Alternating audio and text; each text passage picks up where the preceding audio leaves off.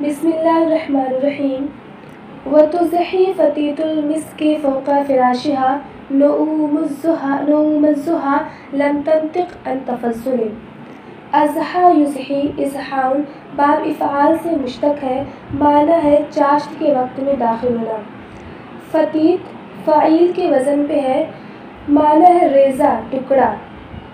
مسک یعنی مشک، کستوری جس کو بولتے ہیں، اور فراش یعنی بچھونا، بستر۔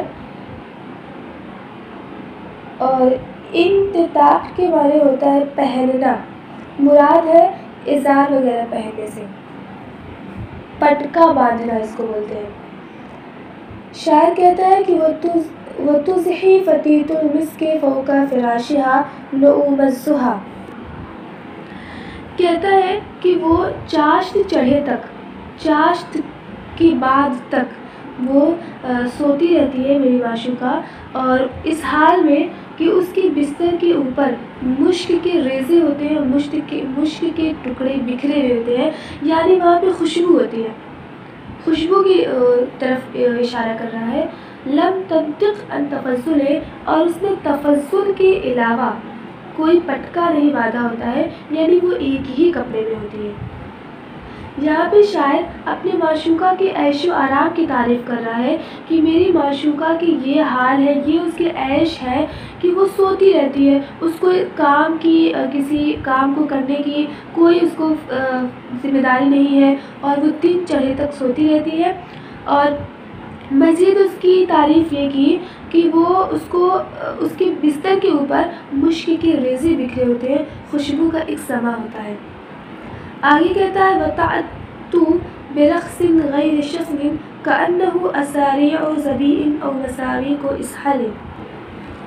عَتَّیَاتُ تعتو معنی ہے پکڑنا، باب نصر سے ہے۔ رقصن کے معنی نرم و نازک، شصن سخت، اساریع جمع اسراعن، اسراعن کی جمع ہے اساریع، اس معنی ہے ایک قسم کے کیڑے کو یہ کہتے ہیں جس کا سر سرخ ہوتا ہے اور باقی بدن سفید ہوتا ہے۔ مساویق مسواک کی جمع ہے۔ اسحل اس درخت کا نام ہے جس کی مسواک ہوتی ہے، جس کو پیلو بھی کہتے ہیں، پیلو کا درخت۔ کہتا ہے کہ وَتَعَتُّ بِرَقْصٍ غَيْرِ شَصْنٍ، میری معشوقہ اپنی نرم انگلیوں سے پکڑتی ہے، اور اس کی انگلیاں شصن نہیں ہیں، سخت نہیں ہیں۔ میری معشوقہ اپنی نرم انگلیوں سے پکڑتی ہے اور اس کی انگلیاں سخت نہیں ہیں۔ كَأَنَّهُ أَسَارِيعُ زَبِيءٍ، گویا کہ وہ اتنی نازک ہے، گویا کہ وہ وادی زبی کے کیڑے ہوں، یا وہ مساویق اسحل، اسحل درخت کی مسواکیں ہوں۔ یہاں پہ شاعر اپنی معشوقہ کی نرم اور نازک انگلیوں کی تعریف کر رہا ہے کہ میری معشوقہ کی انگلیاں نرم اور نازک ہے، اور مشابہت دی وادی زبی کے کیڑے سے اور اسحل کی مسواک سے۔ آگے کہتا ہے کہ تضیء الظلام بالعشاء كأنها منارة مسمى راہب متبتل۔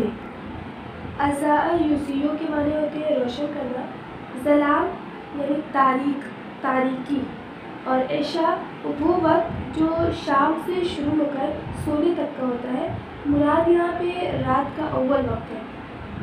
اور منارہ چراغ داں، چراغ جمع منائر،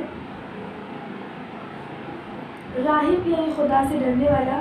تبتلہ کے معنی ہوتا ہے کٹنا، جدا ہونا، یعنی متبتل یعنی ایسا شخص جو دنیاوی علاقہ چھوڑ کے کہیں اور چلا گیا ہو، جو دنیا سے جدا ہو گیا ہو۔ کہتا ہے کہ تضیء الظلام بالعشاء، کہ میری معشوقہ وہ اول نہار کی تاریکی کو روشن کر دیتی ہے، وہ پہلی رات کی تاریکی کو روشن کر دیتی ہے۔ كأنها منارة ممسى راہب متبتل، گویا کہ وہ، اس کو تشبیہ دی کہ گویا کہ وہ دنیا سے کٹ کے رہنے والے عیسائی راہب کے شام کے وقت کا منارہ ہے۔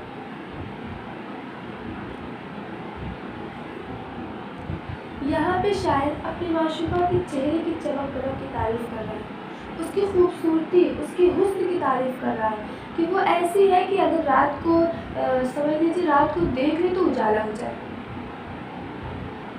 تو کہتا ہے کہ اس کو تشبیہ دی دنیا سے کٹ کے رہنے والے عیسائی کے گرجا گھر کے چراغ کی طرح، کیونکہ جو دنیا سے کٹ کے رہنے والے عیسائی ہوتے ہیں وہ عام طور پہ دنیا سے تھوڑا الگ جنگل وغیرہ کی طرف سنسان علاقے میں اپنی کوئی جگہ بنا لیتے ہیں جہاں وہ رہتے ہیں، وہاں پہ وہ چراغاں کرتے ہیں، روشنیاں کرتے ہیں۔ تو اگر مسافر کبھی راستہ بھٹک جاتے ہیں اور کوئی ایسی وادی ہوتی ہے، سنسان ویران وادی ہوتی ہے، تو ان کے لیے یہ راہب کے جو چراغ ہوتے ہیں وہ ان کے لیے ایک امید کی طرح نظر آتے ہیں، اور وہ ان کو ایک فائدہ پہنچاتے ہیں، اور اس کی مدد سے وہ لوگ اپنا راستہ پا لیتے ہیں۔ إلى مثلها يرمي الحليم سبابة إذا مس بكرت بين درع ومجول۔ إلى مثلها یعنی إلى مثل هذه المرأة، اس عورت کی جیسی، اس عورت کی طرح۔ رنا یرنو کی معنی ہوتا ہے ٹکٹکی باندھ کر دیکھنا، کسی چیز کو دیکھتے رہ جانا، ٹکٹکی باندھ کر دیکھنا، باب نصر سے یہ ہوتا ہے۔ سبابتن کے معنی ہوتا ہے سوزش عشق، اور اس بکرہ کے معنی ہوتا ہے سیدھے کھڑا ہونا۔